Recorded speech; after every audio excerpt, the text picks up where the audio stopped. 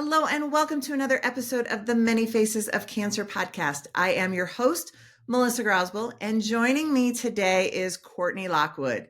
And Courtney is a proud Colorado native, mom of two sons, aged 15 and 20, and a woman whose journey is rooted in resilience, growth, and purpose. After facing a life-changing health challenge and now celebrating nearly 3 years in remission, she's found new meaning in helping others through movement and mindset. As a head coach at Orange Theory Fitness, a fitness instructor, and realtor, Courtney blends real-life grit with a passion for wellness, authenticity, and personal transformation. Her story is a powerful reminder that it's never too late to start over and thrive. So welcome to the show, Courtney. Thank you so much for having me. I'm so happy to be here. I am so excited to have you on. And I just want to share, we had a conversation last week, and it's like we are, like I like to say, sisters from a different mister, because we have so many people in common and so many things in common, down to the fact that we both have a grateful tattoo on our right wrists. Like, it's just insane. So I am so excited to get into this conversation with you today. Yes, I agree. So connected, and we were brought together, I think, at just the right time. Absolutely. And you are local to Colorado. You live probably about 10 minutes away from me. And we actually first met back, several years ago when I had my cookie dough shop. You actually got cookie dough for like a grand reopening event for the gym that you were owning at the time. Yes, I did. I wanted to do something fun and different and support local businesses in Parker. And that's when I came across your business. And I remember coming in and chatting with you. And it was amazing. And of course, the cookie dough was delicious. Of course it was. I still, honestly, after, I don't know, it's been almost 3 years since we closed the business. I still have people like, I miss your cookie dough. I miss your cookie dough. And it's like, well, maybe you should have had it more often and then we wouldn't have closed. I don't know. Just saying. But I do appreciate everyone's business, the time that we were open, and now it's on to a new chapter, and all for the best. Absolutely. Right. We're constantly evolving and changing and moving in our purpose and our direction, for sure. Right. All right. So this conversation is not about me. This conversation is about you. So I want you to take us back. Tell us about your diagnosis, when you were diagnosed, what was going on in your life, and, all the stuff around that initial, like, hello, you have cancer.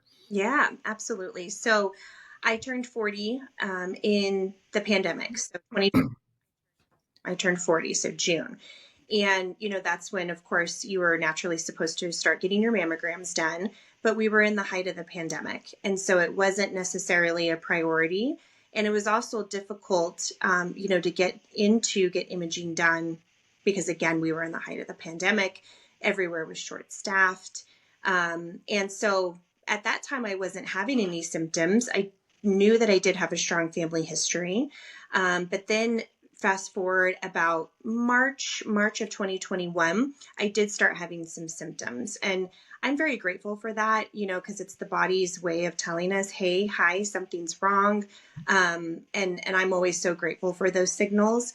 And so I was experiencing some burning on the outside of my left breast, tender, red, obviously a blaring signal. I scheduled my mammogram, although it did get, rescheduled quite a few times again because techs were getting COVID. And, finally I just had to be very vulnerable and say, please, please, please, I need to be seen. I do think something's wrong. I have a family history. And they were actually able to tell me at the mammogram. And that was interesting. I didn't know that. Obviously, this was my first mammogram ever. Again, grateful for that in a way, because the tech that day was fantastic. If I can ever... I'm not supposed to tell you, though. I know, right? I know. Well, the technical doctor and told me, but because I never had one done, she was amazing, and I didn't know that 2 hours at the imaging place wasn't normal. She just kept saying, oh, I'd like to get a couple more pictures because we're establishing your baseline. And I mean, talk about trained professionals. I had no clue, no clue. And then I remember the tech that did my ultrasound after the mammogram said, I'll be right back. I'm going to go get the doctor. And I sort of had an inkling at that time because she was staying on that side for quite a long time and took quite a bit of pictures.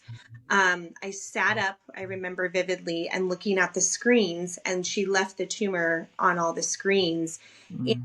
just from, taking care of a mom who had a lot of medical needs growing up, not saying that I'm, a doctor by any means, but I know enough to know what that was, right?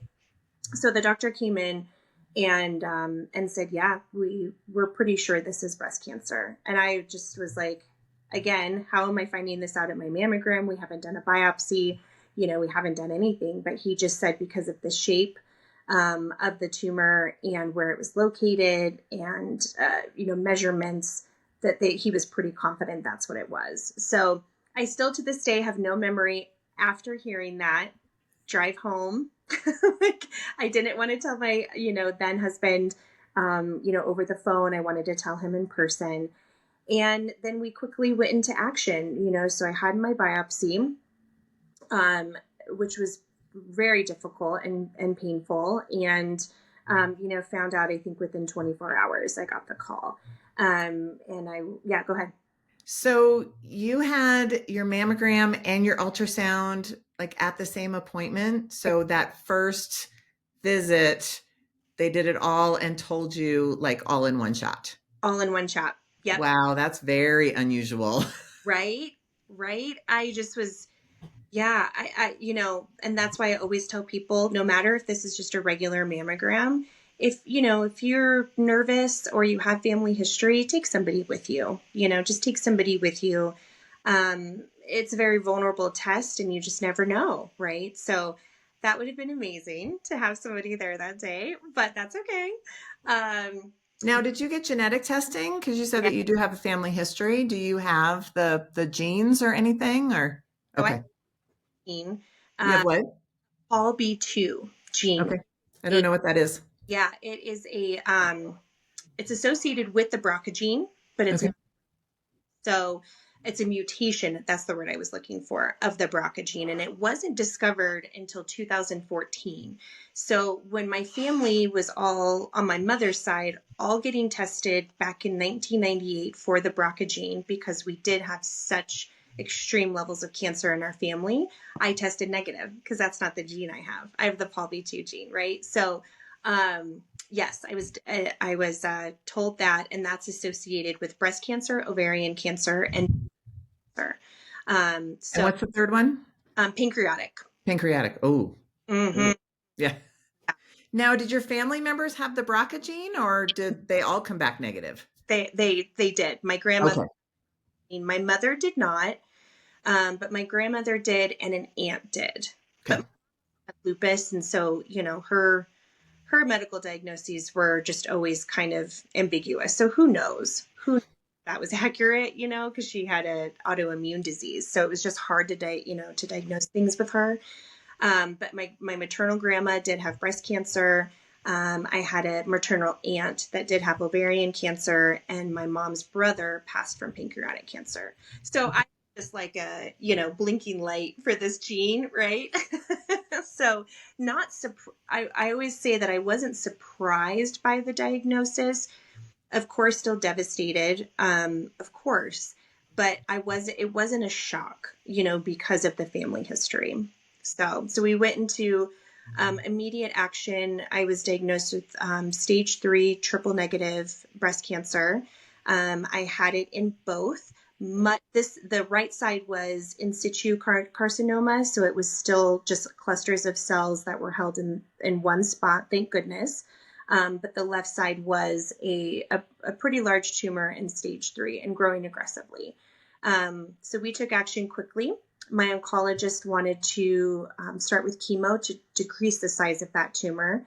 And And normally triple negative, they start with chemo anyway. yeah, They have nothing to give to you from a anti-hormone perspective or anything like that. So let's start with the chemo and shrink the tumor so we can get it out. exactly. Yeah. And I'm thankful for modern medicine. I believed in the treatments. I mindset's a huge thing for me. And I think, we did little dance parties with my family before chemo that day because I'm a dancer. And, not towards the end of chemo, that wasn't always possible, but we just tried to make it, a day that I'm going to get my treatment so that I can continue to be here and be your mom and do all the things that I love. So the chemo worked fabulously. At the very last ultrasound, you couldn't even see it. You couldn't even see it on an ultrasound. Wow. Yeah, That's so fantastic. was to do. I had an ACT chemo regimen. So what was it? 2 full months, 8 full weeks of that. And then from there, we went to an immediate double mastectomy because if not, I would have a 60% chance of it returning and was not interested in taking that chance and going through this again. So had a full double mastectomy, expanders put in.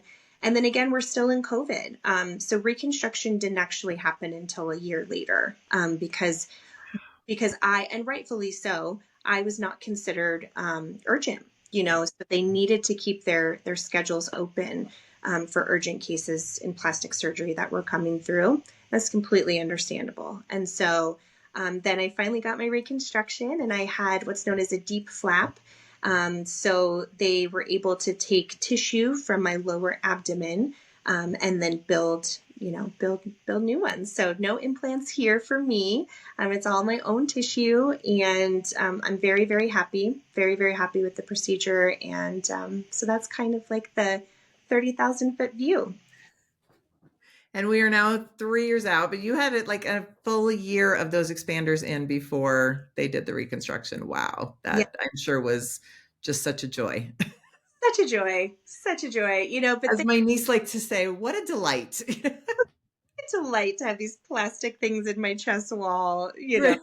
But in a way, the surgeries they're so big. They're so big, and the double mastectomy alone was just it's a transforming surgery, and you do have to deal with the aftermath of that, and the loss. And so it also gave me time to just heal from everything that had just happened, let my body have a little bit of a chance to heal too, which I think makes you better for surgery. And so I think timing all happens for a reason always. And so I think that was actually okay for me, because then the deep flap, it's a very involved surgery. Mhm. Recovery was the hardest thing I've done physically in my life. And so I'm glad that I had that time between the mastectomy and the reconstruction to just get ready for that. Yeah. Oh, yeah, absolutely. And like you said, timing it's always perfect, Always, exactly how it ends up.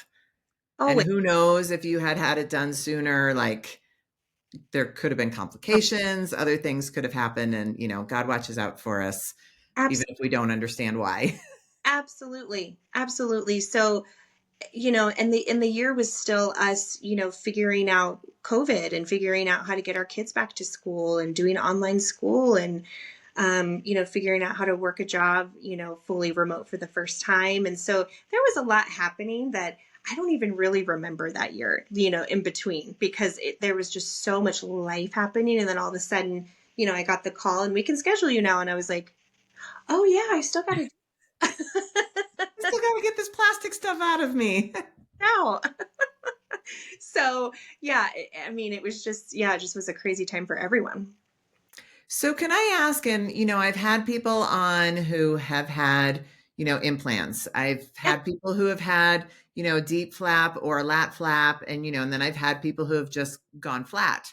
yeah, And I'm curious, and I'm always curious because I just had a lumpectomy, so my breasts are still my own, however mildly deformed they are. Like, what was your, I guess, motivation to go with the deep flap versus having implants? yeah. Great question. I was going to go flat. I was always very small anyways. And again, being a dancer, not something that I ever put a lot of focus on anyways. And so I was like, I think I just want to go flat and call it a day. And, I'm good. And so then my oncologist actually was the one that suggested, she goes, well, will you just talk to, our plastic surgeon? Will you just have the meeting? Obviously she's worked with so many patients, and, she knows kind of the pattern that we all, might change our mind in the process. And we have one thing, but then when we hear another, we're like, oh, that could work too. So I said, yes, of course, but I'm not getting implants. I was like, so, and the reason actually was personal. My sister-in-law had implants put in, and she actually got very, very sick. And when they finally took them out, they had mold on them. Uh, Ooh, yeah. Yeah. I've heard of ruptures, but I haven't heard of mold. Wow, that's not good. And it caused her, again, this was in the height of the pandemic when this happened, of course. So, she was going to doctors upon doctors upon doctors trying to get diagnosed with what was going on. And nobody, and everybody just kind of blew her off like, oh, it's just COVID. It's just COVID. It's long-term COVID. It's all these things. Cause she did get COVID. So I was scared. It was just a fear. It was a fear. My mom was also, again, had lupus and had a ton of artificial prostheses, put in her body and taken out and replaced over the course of her life. And I just didn't love the idea of something foreign in my body. It was just from personal experience and what I had seen. No judgment at all, at all. My best friend has them and she looks fabulous. So like, get it, but for me, I just had that personal background. So when I met with the plastic surgeon, he told me about the deep flap. And I thought that was just so cool. The ability to utilize your own tissue. I thought just really went in line with how I think about, a lot of things in recovery of the body and how powerful it is. And so also it came with a tummy tuck. Come on. After 2 very large babies. Okay. I was like, okay, I deserve this after beating cancer. Come on. Silver linings. Silver linings. So I was like, you know what? Sign me up. Let's do it. So that's what led me to that decision. And once I decided, I didn't go back. Like there was no wavering. I was like, is this the right thing? Is it not the right thing? Once I made that decision, like it was pretty consistent until we did the surgery. Okay. Well, that's good. That means, that you made the right decision, that there weren't a lot of going back and forth. So I'm always curious as to why people make the decisions that they make, because there is always, a backstory that's not just like, oh yeah, I just picked that. Like Yeah. there's always, a lot of thought and backstory. And I always love to hear like why people decide to go the route that they do. And I love the fact that there are so many different options so that everybody has the choice Yeah. and they can decide. And I interviewed a woman last year who went flat, and she's like on a crusade to make aesthetic flap closure like one of the options that is always given to people, because so many doctors like won't even talk about it. Oh, you'll change your mind and this and that. And it is like a reconstructive procedure because you want to make it look good and Yes. stuff. And it's a thing, and people need to stop telling people that they don't know what they really want or that they'll change their minds. Yes, yes. And I mean, I think that, not so outwardly, but I think that's what my oncologist was saying, when she was just directing me to meet with the plastic surgeon. Like, I know you feel about this now, but at least have your options, Right. And I think to your point, yeah, I hope that we continue to do better with this, and give people the options to have whatever, form of body back that they choose, right? And whether that's, at first I just wanted to be flat. I wanted just to, it was a way of kind of being like, okay, it's done. Just get it out. I'll go flat and we can just go back to life. Like I wasn't thinking long term. I wasn't really putting the thought into it, that I needed to. This is my body, externally, internally. I mean, a double mastectomy is cutting into your chest wall. It's just, it's such a big, big decision. And I'm glad that we have more options, for everyone now in terms of reconstruction. So it can be whatever. I've seen flat, and then women tattoo these beautiful, things. And I think that's just amazing and gorgeous, and it's your body. So you should always have the choice of what you want to do with it post-cancer. Right. And I was just thinking about it from an aesthetics perspective, that breast cancer is one of the very few cancers that is visible. Mm-hmm. You know, when you have other organs removed or scars or surgeries or things done, I mean, they're mostly like internal, but the breast is, you know, in women, like in men, it's a little bit different when men have breast cancer, but in women, it's like the one thing that is just out there for everyone to see. And I almost feel like it's such a much bigger decision because it's what you're going to look at, you know, externally for the rest of your life, and not a vanity thing or anything like that. It's just from an aesthetic standpoint, like Yep. even, you know, testicular cancer and, you know, other things, like they're still hidden. You're so right. Yeah, when you start thinking about bathing suits and, just generally how, clothes will fit again, you have to consider all of that. And this is a body part that I had for 40 years, it didn't make up my identity. But it was still part of my femininity, like I I've always been I would say a solidly girly girl, and it's just that's a part of our femininity, just like, maybe somebody's hair or whatever you identify with, you love doing your makeup or wearing jewelry or anything like that, and so when all of a sudden that's infected and now being removed from your entire body, whew, it's like, it takes your breath away and kind of blows you back. And you're also dealing with the loss of that, right? And they're not just a body part, I use them to feed my children. All of those things come into place. And so it's heartbreaking. It's heartbreaking to have to be like, okay, well, I guess you just are not working for my body anymore, so you have to go, but exactly, like, I'm so glad that I went through this procedure, and because I do feel like more myself. He made him a little bit bigger than I wanted, but I do feel more like myself, and I'm very grateful for that. Well, and we, you know, one of the reasons I wanted to have you on here is because of your mindset, like going through this and after this and continuing on.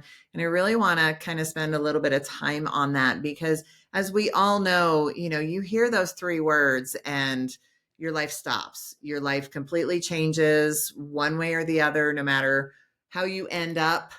You know, the first thought is, oh my God, am I going to die? You know, and then it's a myriad of other things, but it generally always starts with that. And so talk to me a little bit about how your mindset just helped you to get through all of this and continues, you know, to this day.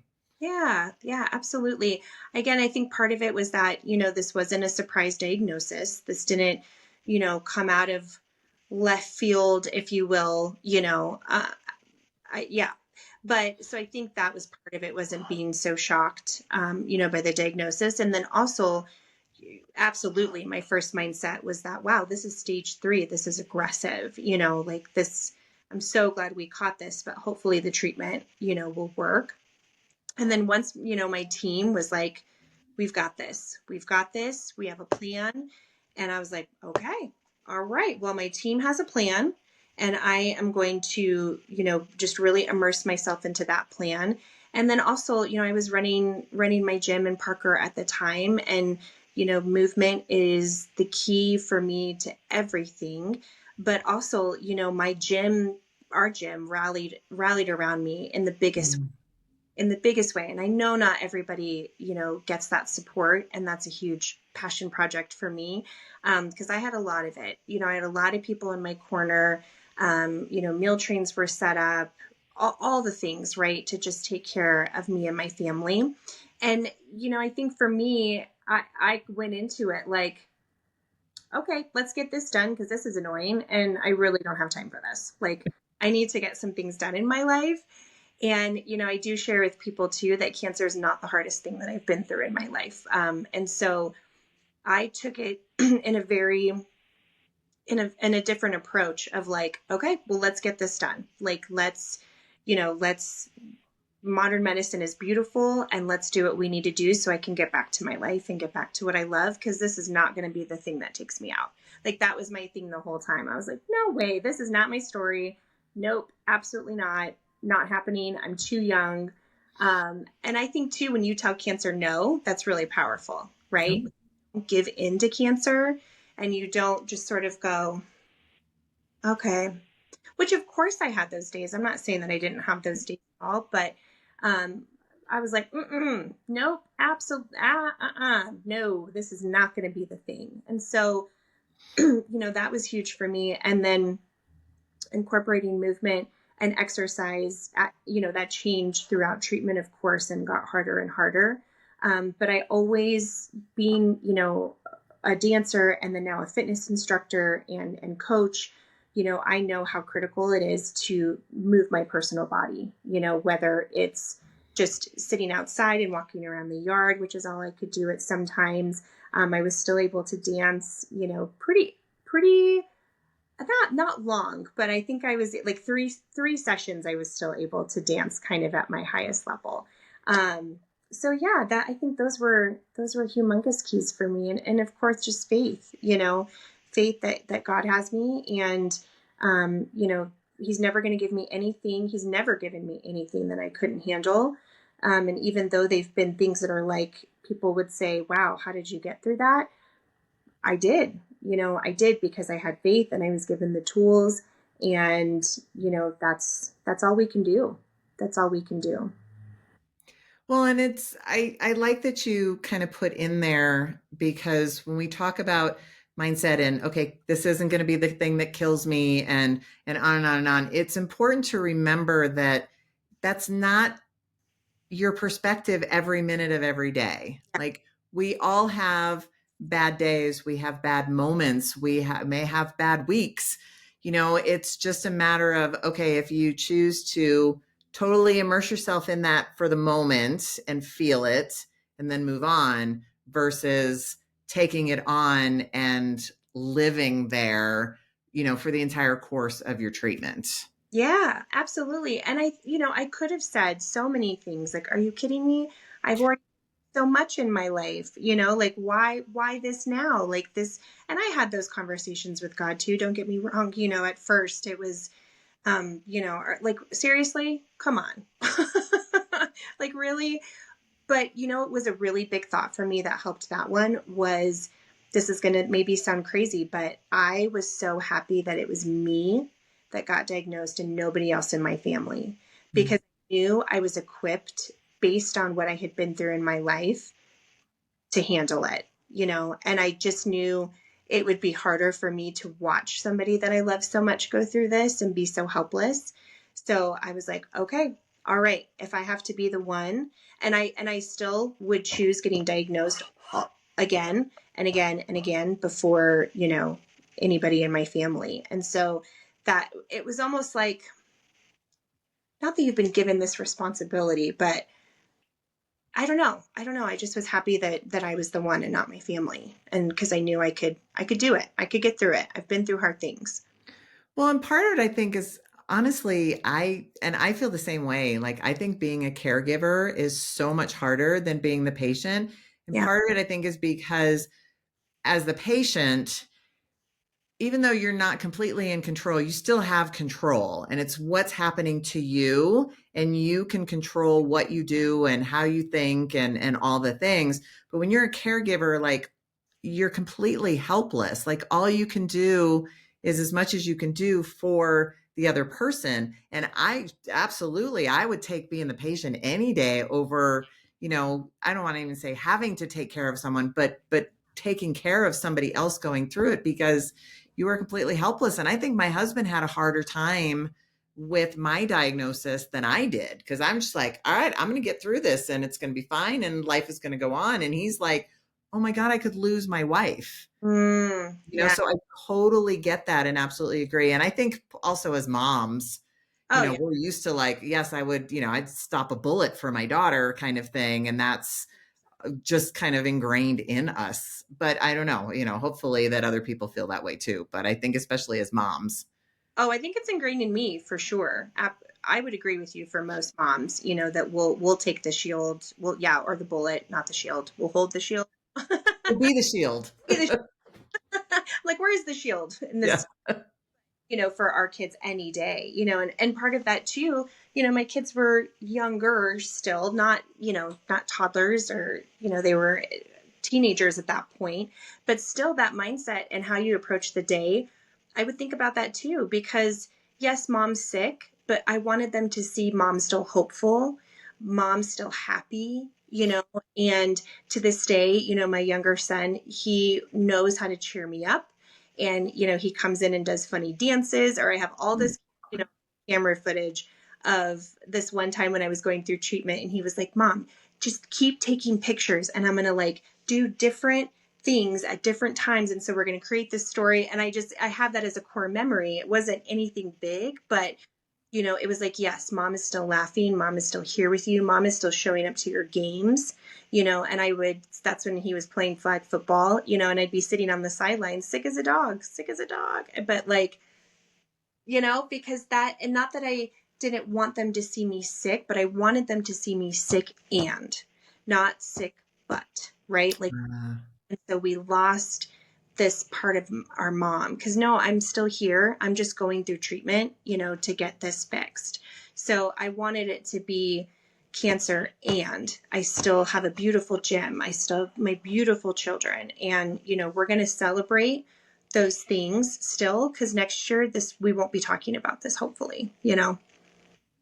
That's beautiful. Yes, and I'm working on fully embracing the both and versus either or. And I've talked about this on the show before, that I see a grief therapist, and that was one of the biggest things that she taught me, is that two things can be true at the same time. It doesn't have to be one or the other, and that has been so powerful for me, Yeah. just to allow, yes, I can be grateful and sad at the same time. It doesn't have to be, oh, well, if I'm sad, that means I'm not grateful, kind of thing. And it's just been very powerful for me Yeah. to be able to allow all of that into my life, instead of, oh, well, I can't because of this. Yeah, absolutely. We might have the same therapist, because that's also who's kind of teaching stuff too. It wouldn't surprise me. It wouldn't surprise me. But yeah, Oh you my know, God, that would be insane. I know. We can talk about that offline. Just yeah, we'll offline. Yeah, we'll figure it out. Amazing. And that's teaching me too, is like both things can exist at the same time, and that's so powerful. And yeah, now I have some leftover lymphedema in my arms, because I did have lymph nodes removed as part of the double mastectomy, and so I do have to work out a little bit differently than I did before, but it's an and I do have to work out differently than before, and I'm so grateful I can still exercise, right? Like, I'm so grateful that my body is still, I would say, working towards, but generally at like 85%, back to doing what I love. And that's amazing. Like, that's incredible. And so, I do get frustrated, of course, and I'm like, oh, I can't do, a shoulder raise as well anymore, but it's a shoulder raise at the end of the day, right? This is a first world problem. I'm an instructor, I'm a trainer, I know different exercises to do, and I think acceptance, this is my body now, and it went through it went through war, like it went through absolute war, but I came out on the other side, and I owe it, to learn how to move in this new way, and not just be like, well, now I have all these limitations, so I can't do shoulder presses, and because then what's going to happen, then those muscles are going to atrophy and even more, and I don't want that. So yeah, that exactly, like the grief for the body that as it was before, but also acceptance and saying I'm still here, and I can still lift a dumbbell, and that is amazing. And so that's what I'm going to focus on. Love that. And I just want to say, because I talk to so many people on this show that talk about the importance of movement and exercise. And yes, I am a trainer. Like, exercise is my passion. That is what I do. And I want to reiterate that it's not just me standing up here saying, this is what you need to do because it's my passion and Yeah. my career. Like, we talk about it so much because of how important that it is. Like, obesity is the number one risk factor for almost all cancers. Like, Yes. without a doubt, is the only risk factor that has been proven to have a correlative effect to cancer. And I'm not talking about, going to a gym and lifting heavy weights, or, running a marathon, or, like heavy stuff. Movement, like going out for a walk, walking around your backyard, if that is the best that you can do. But can you kind of talk to that a little bit? Because, you and I share this passion, but it is so vitally important to help prevent recurrence, to help prevent cancer in the first place, and to help with healing and recovery. Yeah, all day long. Amen. Preach it. Like, yes, all day long. But you're so right.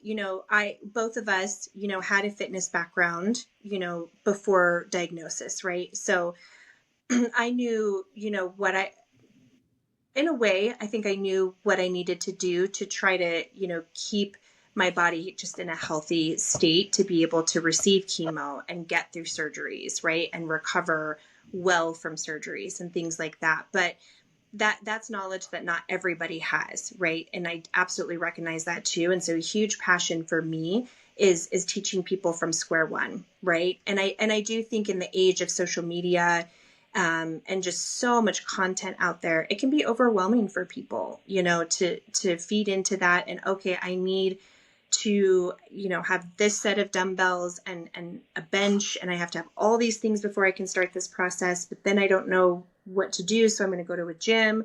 But then I have anxiety going to a gym, and that's a real thing that I hate for people. And something I'm so passionate about is that, you get into kind of the weight area and that look of, okay, so everybody just kind of goes to the treadmill or goes to the elliptical, and so absolutely taking a walk outside, where do you start? Where do you start? And what are your goals? And because everybody's goals are different, right? When I was done with everything, I wanted to get the chemo out of my system. So I went to my healers, right? I went to my naturopath. I went to, my chiropractor. I did all these different things for me personally that I knew that were going to help me get back to a good place, right? But yeah, simple things, going for a walk. If you have stairs, starting to walk up and down the stairs and increasing that many times, throughout the week, that's a win. That's a win, and being proud of that. Or as simple as, I'm trying to think, because I do kind of intense workouts. So I'm like, yeah, taking it down, and not making it like this huge thing that you have to accomplish all at one time, taking it chunk by chunk and step by step. And I'm actually noticing more and more that AI is becoming a very good companion to things like this. You can put in some prompts into Chat GPT, and it can give you like a beginner workout. You just, you put in your limitations, you put in what you can do, what you can't do, and then you can go to YouTube and be like, okay, how do I do this exercise that it gave me? And boom, just learn how to do the exercise that you don't. I mean, of course, both of us would love for you to hire a trainer, and trainers are very important because they help correct your form and make sure that you're doing the exercises properly for the most benefit. But if you can't do that, there are other options available and things that you can do. I don't recommend just going on Instagram and finding someone with a perfect body and doing what they do, because that's not real. But just doing something to get started and know your limitations. And there are people out there who are like me, like a cancer exercise specialist or a cancer exercise trainer. There are people who have specialized knowledge that can help with getting you started. Yes. But just do something. Something, right? And I think a lot of it too is the mental piece, because I think what I have found, and I'm wondering if you have found too with your clients, it's the self-worth piece. Mhm. And I always, talk to people, why not you? Why are you not enough to start to develop this healthy lifestyle that you want? Like, because I think that sometimes people get into that rut and, well, I've got to take care of my kids first, and I've got to, take care, whatever it is in your life. You have a big, big job, or, you stay at home with your babies, also a big, big job. Where do I find that time? Where do I find the energy? But I think that comes first from self-love and loving yourself to say, I need this and I deserve this. I give so much, and not just women, men too. I give so much that I'm going to go take this hour. Think about it. An hour of a day to me is not that big of a commitment. I know that sounds crazy, but 4% of your day. everybody has it. They have it. They have it when they're scrolling. I do that. I'm at fault. I'm a huge scroller, and then I think that I'm like, I could be doing a workout right now. I could be doing a workout right now. I could be doing anything else but this. But I think it's the self-love piece. Make yourself a priority, love yourself enough. And also, for cancer survivors, are you kidding me? You just beat cancer. Like, this is the glow up. This is the glow up. Here we go. Like, after this, we are getting our bodies in tip top shape to be cancer fighting agents. And that's what, I tell my team. I'm like, whether I'm getting advice about nutrition or supplementation or anything, I'm like, okay, you're part of my cancer fighting team now. Like, this is my team, because everything I'm doing is prevention, because I do have a gene and I am at risk. I've already had 2 of the cancers. I did have ovarian cancer in 2013, and had a full hysterectomy. So I've had 2 of the 3. And the third one is extremely silent. So all I can do and control is my health, and love myself enough to go, I deserve to take care of myself even more, than I did before, because I fought this, I won, but it's still out there, and so yeah, sorry, self-love. Self-love.